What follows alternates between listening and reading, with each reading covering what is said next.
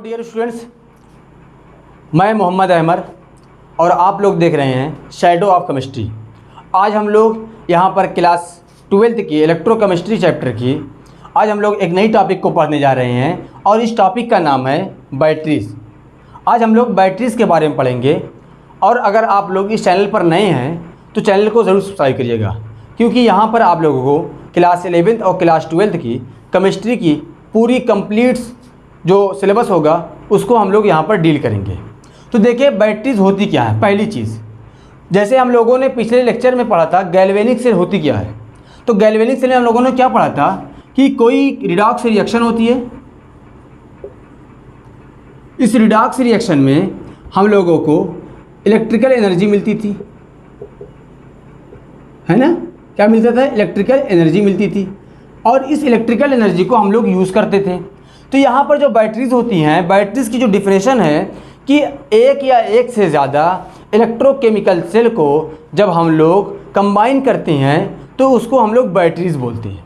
क्या मैंने कहा कि जब हम लोग एक या एक से ज़्यादा इलेक्ट्रोकेमिकल सेल या विद्युत रासायनिक सेल को हम लोग जोड़ते हैं या कंबाइन करते हैं तो हम लोग उसको बैटरीज बोलते हैं, उसको बैटरी की शक्ल में हम लोग पहचानते हैं। देखें, जो बैटरीज होती है ना वो दो टाइप की होती है। कितने टाइप की होती है? दो टाइप की। एक होती है प्राइमरी बैटरीज और दूसरी होती है सेकेंडरी बैटरीज।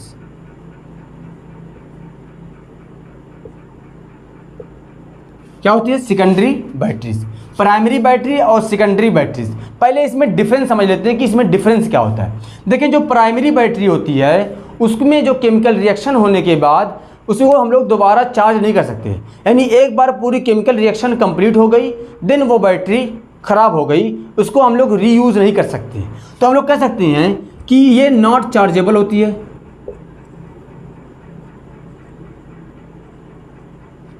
और ये जो सेकेंडरी बैटरी होती है वो चार्जेबल होती है, ठीक है ना।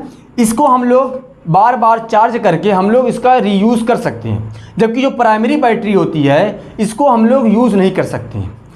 और दूसरी चीज़ यहाँ पे देखें, इसका एग्ज़ाम्पल क्या है। इसका एग्ज़ाम्पल है कि जो हम लोग, जैसे एक एग्ज़ाम्पल लेता हूँ मैं, ड्राई सेल। प्राइमरी बैटरी का जो पहला एग्ज़ाम्पल है ड्राई सेल, इसी को हम लोग बोलते हैं लैकलांसी सेल।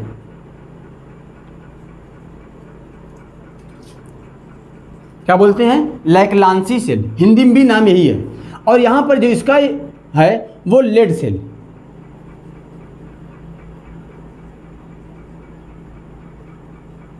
इसी को हम लोग बोलते हैं लेड सेल। तो इसका क्या एग्जाम्पल है? ड्राई सेल या लैकलांसी सेल। इसका है लेड सेल। इसका एक और एग्जाम्पल हम लोग को पढ़ना है मरकरी सेल। क्या पढ़ना है? Mercury cell. तो इसमें हम लोग देखें, जैसे अब प्राइमरी बैटरीज को पहले समझ लेते हैं कि प्राइमरी बैटरीज होती क्या है, क्योंकि इस लेक्चर में हम लोग प्राइमरी बैटरीज में हम लोग क्या पढ़ेंगे, लैकलांसी सेल को लेकर पूरा जो उसका कंसेप्ट होगा, पूरा उसका एक एक कंसेप्ट को हम लोग डील करेंगे। देखिए, जो प्राइमरीज बैटरीज होती हैं वो नॉट चार्जेबल होती हैं, इसको यूज़ नहीं कर सकते हैं। जैसे फॉर एग्ज़ाम्पल हमारे जो घर की जो क्लॉक होती है उसकी जो बैटरीज होती है, क्या करते हैं हम लोग, एक बार लगा देते हैं उसमें, देन जब वो ख़त्म हो जाती है हम लोग कहते हैं बैटरी ख़त्म हो गई है, बैटरी ख़राब हो गई है। उसको क्या हम लोग दोबारा चार्ज करके फिर यूज़ करते हैं? नहीं, हम लोग एक बार चार्ज कर दिए, यानी एक बार नई खरीद के लेके आए, उसमें केमिकल रिएक्शन जो थी वो होनी थी वो कंप्लीट हो गई, देन वो बैटरी ख़राब हो गई, है ना। जैसे इस माइक में जो मैं माइक यूज़ कर रहा हूँ, इसकी जो बैटरी है वो भी क्या है? प्राइमरी सेल का एग्जाम्पल है या प्राइमरी बैटरीज का एग्जाम्पल है। दूसरा, जैसे देखें हम लोग यहाँ पर सेकेंडरी बैटरी में, जैसे इन्वर्टर की जो बैटरी होती है, क्या करते हैं हम लोग, जब वो चार्ज उसका ख़त्म हो जाता है देन हम लोग उसमें एक आउट इलेक्ट्रिकल सोर्स से, यानी बाहर के इलेक्ट्रिकल सोर्स से उसको हम लोग चार्ज करते हैं, देन वो उसको हम लोग फिर यूज़ करते हैं। तो प्राइमरी बैटरी और सेकेंडरी बैटरी में क्या डिफरेंस है? बेसिक डिफरेंस ये होता है कि जो सेकेंडरी बैटरीज होती है वो चार्जेबल होती है, जबकि प्राइमरी बैटरीज चार्जेबल नहीं होती है। देखिए, हम लोग पढ़ने जा रहे हैं प्राइमरी बैटरीज को। तो प्राइमरी बैटरीज के बारे में आप लोग कुछ बातें जान लीजिएगा। इसमें क्या क्या लिखना होता है। पहली चीज़ कि हम लोगों को इसका कंस्ट्रक्शन पॉइंट लिखना होता है, कैसे इसको बनाते हैं। उसके बाद इसका इलेक्ट्रोलाइट क्या होता है, इसका आउटपुट वोल्टेज कितना होता है, बहुत ज़्यादा इंपॉर्टेंट है प्राइमरी बैटरी के लिए। आउटपुट वोल्टेज को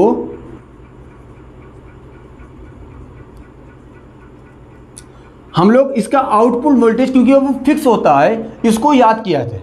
ये बार बार पूछा जाता है क्वेश्चन में, मल्टीपल चॉइस क्वेश्चन में या वेरी शॉर्ट टाइप क्वेश्चन में, कि किसी एक बैटरी का एग्जांपल दे दिया, जैसे फॉर एग्जांपल दे दें लैग्रांजी सेल का, तो इसका आउटपुट वोल्टेज होता कितना है। मरकरी सेल दे दिया, उसका आउटपुट वोल्टेज कितना होता है, ये फिक्स होता है, ठीक है ना।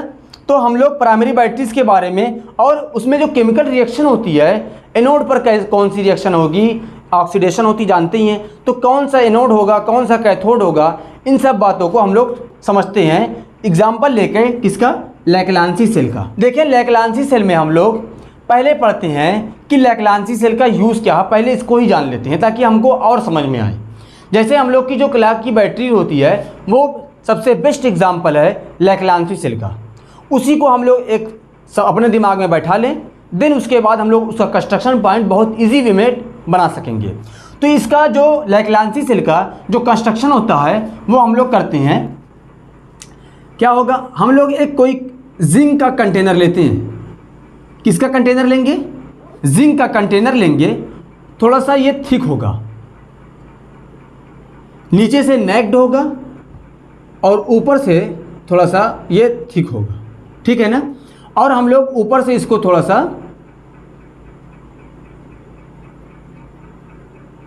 पैक कर देंगे ऐसे, और यहाँ पर एक कैप लगाएंगे। क्या लगाएंगे, एक कैप लगाएंगे। जैसे हम लोग अपनी घर की जो क्लॉक की बैटरी होती है उसको देखते हैं, कुछ इस तरीके से दिखती है बाहर से, है ना, ऐसे ही दिखती है ना।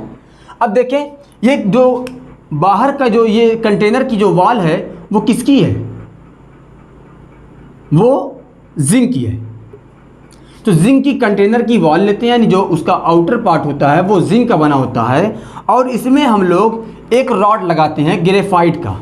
किसका रॉड लगाते हैं, ग्रेफाइट का। और रॉड ऐसा लगाएंगे कि जो नीचे की वॉल होगी इससे टच नहीं होना चाहिए।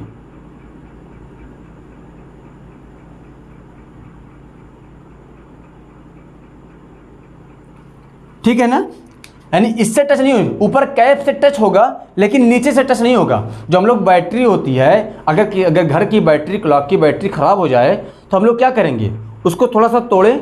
देखें बीच में एक ऐसे रॉड टाइप का ब्लैक कलर का दिखेगा हम लोगों को, ये क्या होता है, ये ग्रेफाइट होता है।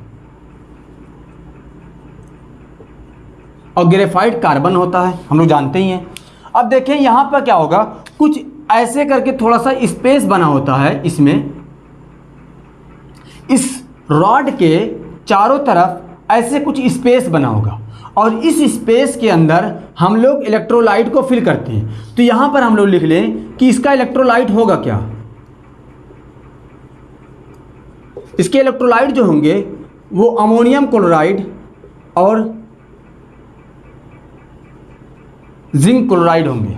तो अमोनियम क्लोराइड और zinc chloride as a electrolyte use होंगे। अब देखें यहाँ पर इसको हम लोग एक पेस्ट बनाकर, इसका एक पेस्ट बनाकर हम लोग इसके अंदर फिल कर देते हैं। इस स्पेस के अंदर जो रॉड के चारों तरफ जो स्पेस होता है, इसके स्पेस के अंदर हम लोग इलेक्ट्रोलाइट का पेस्ट बनाकर, ठीक है ना, उसको पेस्ट बनाकर हम लोग यहाँ पर फिल कर देंगे। तो यहाँ पर मैं इस इलेक्ट्रोलाइट को पेस्ट बनाकर हम लोग यहाँ पर फिल कर देते हैं, ठीक है ना। अब देखें तो यहाँ पर इस पेस्ट में है क्या, पहला तो है NH4Cl है, फिर क्या है ZnCl2 है, और इसमें हम लोग एक और यूज़ करते हैं MnO2 मैग्नीज ऑक्साइड यूज़ करते हैं, और एक ब्लैक कलर का यानी ब्लैक कार्बन। देखें ब्लैक कार्बन का मैं बताता हूँ, कभी इसको हम लोग तोड़ें तो देखें इस रॉड के नीचे हम लोग को पाउडर की शक्ल में ब्लैक कलर का कुछ मिलता है ना, पाउडर की शक्ल में होगा, उसी को ये जो होता है पाउडर की शक्ल में वो ब्लैक कार्बन होता है। और यहाँ पर MnO2 का काम क्या है, इस जो रॉड होता है वो इसी से टच होता है, और जो MnO2 होता है वो एज ए कैथोड काम करेगा। कैसा काम करेगा? As a cathode. तो यहाँ पर देखें जब ये रॉड जो होगा ग्रेफाइट का वो कैथोड की तरीके से काम तो कर रहा है, लेकिन उसमें हम लोग जो MnO2 होता है इसका बहुत ज़्यादा रोल होता है। तो हम लोग कह सकते हैं कि जब ये रॉड MnO2 से इस पेस्ट से टच होता है तो जो MnO2 होता है, मैग्नीज ऑक्साइड होता है, वो एज ए इलेक्ट्रॉन को गेन करने में वो सबसे ज़्यादा इम्पॉर्टेंट होता है। तो यहाँ पर जो ये कैप होता है वो कैप क्या होगा? ये एज ए कैथोड काम करेगा। कैसा? As a cathode. और जो जिंक की जो ये बाहर की कोटिंग होती है, जो ये बाहर की कंटेनर की वॉल होती है, वो एज ए एनोड काम करता है। तो हमको यहाँ पर एनोड, कैथोड और इसका कंस्ट्रक्शन पॉइंट पूरा अच्छे से क्लियर हो गया।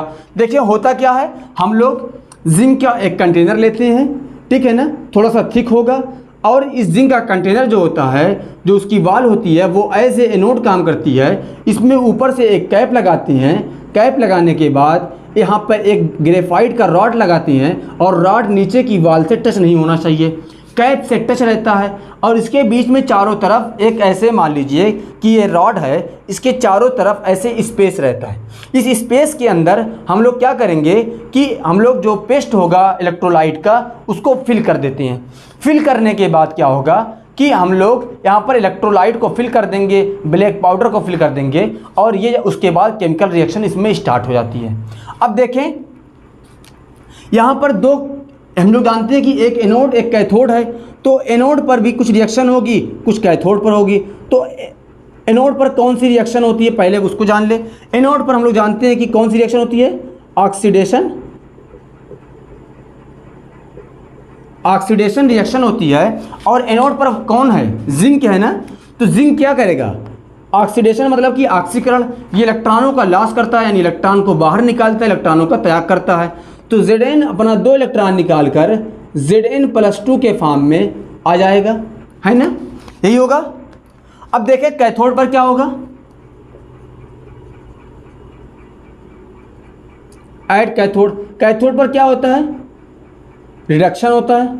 और रिडक्शन किसे कहते हैं, यानी अपचयन किसे कहते हैं? जिसमें इलेक्ट्रॉन गेन होते हैं, इलेक्ट्रॉन हम लोग अपने अंदर लेते हैं, यानी ग्रहण करते हैं। अब देखें यहाँ पर एज ए कैथोड मैंने कहा था कि हम लोग मैग्नीज ऑक्साइड का काफ़ी रोल होता है, क्योंकि इस कैप से टच होता है, रॉड है उससे टच होता है। तो MnO2 को जो होगा वो चेंज हो जाएगा किसमें? Mn। देखिए यहाँ पर पहले ऑक्सीडेशन नंबर निकाल लें। यहाँ पर MnO2 है, हम लोग एक ऑक्सीजन की जो ऑक्सीडेशन स्टेट होती है वो -2 है। तो यहाँ पर कितनी है? 2 है, तो 2 कितना हो गया? -4। तो यहाँ पे हम लोग इसकी निकालते हैं, तो इसको जिसकी निकालते हैं उसको x मानते हैं, O2 को -4 हो गई = 0, तो x +4। तो यहाँ पर ऑक्सीडेशन स्टेट कितनी आई? +4। तो इसकी ऑक्सीडेशन स्टेट कुछ कम होनी चाहिए। तो जो इसकी ऑक्सीडेशन स्टेट होती है, अब यहाँ पे देखिए कुछ ऐसा बनेगा। अभी मैं समझाता हूँ, बस आप लोग देखते रहें। देखिए यहाँ पर इसकी ऑक्सीडेशन स्टेट जो होगी +3 होगी, O की -2 और एक OH की -1, तो इसकी कितनी होगी? -3, तो इसकी Mn की +3। अब देखिए यहाँ पर Mn तो यहाँ पे है, ऑक्सीजन भी है, लेकिन एक H कहाँ से एक्स्ट्रा आ गया? इस H को लेने के लिए हम लोग अमोनियम क्लोराइड का यूज़ करते हैं, यानी इस रिएक्शन में हम लोग NH4Cl का यूज़ करेंगे। तो जो NH4 होता है वो NH4 पॉजिटिव के फॉर्म में होगा। अब यहाँ पर देखें, एक हाइड्रोजन यहाँ से लेकर ये OH बना लेगा, है ना। अब यहाँ पर NH3 बचा, क्या बचा? NH3 बचा, यहाँ पर लिख दूँ मैं NH3। अब यहाँ पे NH3 हो गया, तो देखें इस एक हाइड्रोजन को इससे अटैच होने के लिए एक इलेक्ट्रॉन की रिक्वायरमेंट है। तो यहाँ पर हम लोग एक इलेक्ट्रॉन को ऐड कर दें, हमारी जो केमिकल रिएक्शन है वो पूरी कंप्लीट हो गई है। जो ये NH3 है वो गैस के फॉर्म में है, ये पूरी केमिकल रिएक्शन है। अब जो NH3 है वो किसके फॉर्म में है? वो गैस के फॉर्म में है। अब ये NH3 बार बार जब रिएक्शन होगी तो ये इसमें इकट्ठा होने लगेगी, या यहाँ पे जो स्पेस है इसमें अमोनिया इकट्ठा होने लगेगी। तो इस अमोनिया को ट्रैप करने के लिए हम लोग ZnCl2 को यूज़ करेंगे। देखिए मैंने यहाँ पर MnO2 का यूज़ कर लिया, मैंने अमोनियम क्लोराइड का भी यूज़ कर लिया। लेकिन मैंने ZnCl2 का यूज़ नहीं किया। तो ZnCl2 का जो यूज़ करते हैं वो अमोनिया से रिएक्शन करा के एक कॉम्प्लेक्स कंपाउंड बनाते हैं, और उस कॉम्प्लेक्स कंपाउंड जो यहाँ पर ZnCl2 है वो +2 की स्टेट में है। तो रिएक्शन में होगा क्या, ये एक कंपाउंड बना लेंगे, जो ये कंपाउंड होगा वो भी +2 की स्टेट में होगा, और ये एक्वस फॉर्म में होगा। किस फॉर्म में होगा? एक्वस फॉर्म में होगा। तो ये पूरी कंप्लीट रिएक्शन होती है किसकी? लैक्लांसी सेल की। और यहाँ पर कुछ इंपॉर्टेंट बात देखें, इसका जो आउटपुट वोल्टेज होता है, मैंने कहा था कि याद कर लीजिएगा, आउटपुट वोल्टेज वो कांस्टेंट होता है, वो 1.5 वोल्ट होता है। बहुत इंपॉर्टेंट है, इसका आउटपुट वोल्टेज बहुत ज़्यादा इंपॉर्टेंट है। बहुत बार ये पूछा गया है कि लैक्लांसी सेल का आउटपुट वोल्टेज कितना होता है, तो 1.5 वोल्ट होता है। अब इस बात को एक बार फिर समझ लेते हैं। जो लैक्लांसी सेल होती है वो क्या होता है, हम लोग कोई जिंक का कंटेनर लेते हैं, इसमें एक ग्रेफाइट का रॉड लगाते हैं और इसके चारों तरफ एक स्पेस बना लेते हैं, और इस स्पेस में हम लोग इलेक्ट्रोलाइट को पेस्ट के फॉर्म में यूज़ करते हैं, और इसके नीचे, रॉड के नीचे हम लोग ब्लैक कार्बन को पाउडर के फॉर्म में रख लेते हैं। देन इसमें जो जिंक होता है वो एज ए एनोड काम करता है, जो कैप होता है वो एज ए कैथोड काम करता है। यहाँ पर एनोड पर कौन सी रिएक्शन होगी? ऑक्सीडेशन रिएक्शन होती है, तो जिंक अपना 2 इलेक्ट्रॉन लॉस करता है। कैथोड पर कौन सी रिएक्शन होती है? रिडक्शन रिएक्शन होती है, जिसमें इलेक्ट्रॉनों का गेन होता है। यहाँ पर MnO2 अमोनियम से रिएक्शन करके ये बना लेता है MnOOH, ठीक है ना, और अमोनिया गैस दे देता है। और अमोनिया गैस को ट्रैप करने के लिए हम लोग ZnCl2 का यूज़ करते हैं, जो एक एक्वस कंपाउंड, कॉम्प्लेक्स कंपाउंड का फॉर्मेशन कर लेता है। तो और आप लोगों का इस पूरी लेक्चर का जो नोट्स होगा वो डिस्क्रिप्शन में गिवन होगा, तो आप लोग नोट्स को डिस्क्रिप्शन से ले लीजिएगा। तो आई होप आप लोगों को पूरी बात लैक्लांसी सेल, प्राइमरी से बैटरीज और सेकेंडरी बैटरीज में जो डिफरेंस है वो क्लियर हो गया होगा। फिर भी कोई बात अगर समझ नहीं आई होगी तो कमेंट सेक्शन में ज़रूर बताइएगा, और हमारे चैनल पर अगर नए हैं तो सब्सक्राइब ज़रूर करिएगा। अगर वीडियो पसंद आई हो तो लाइक ज़रूर करिएगा। Thank you for watching.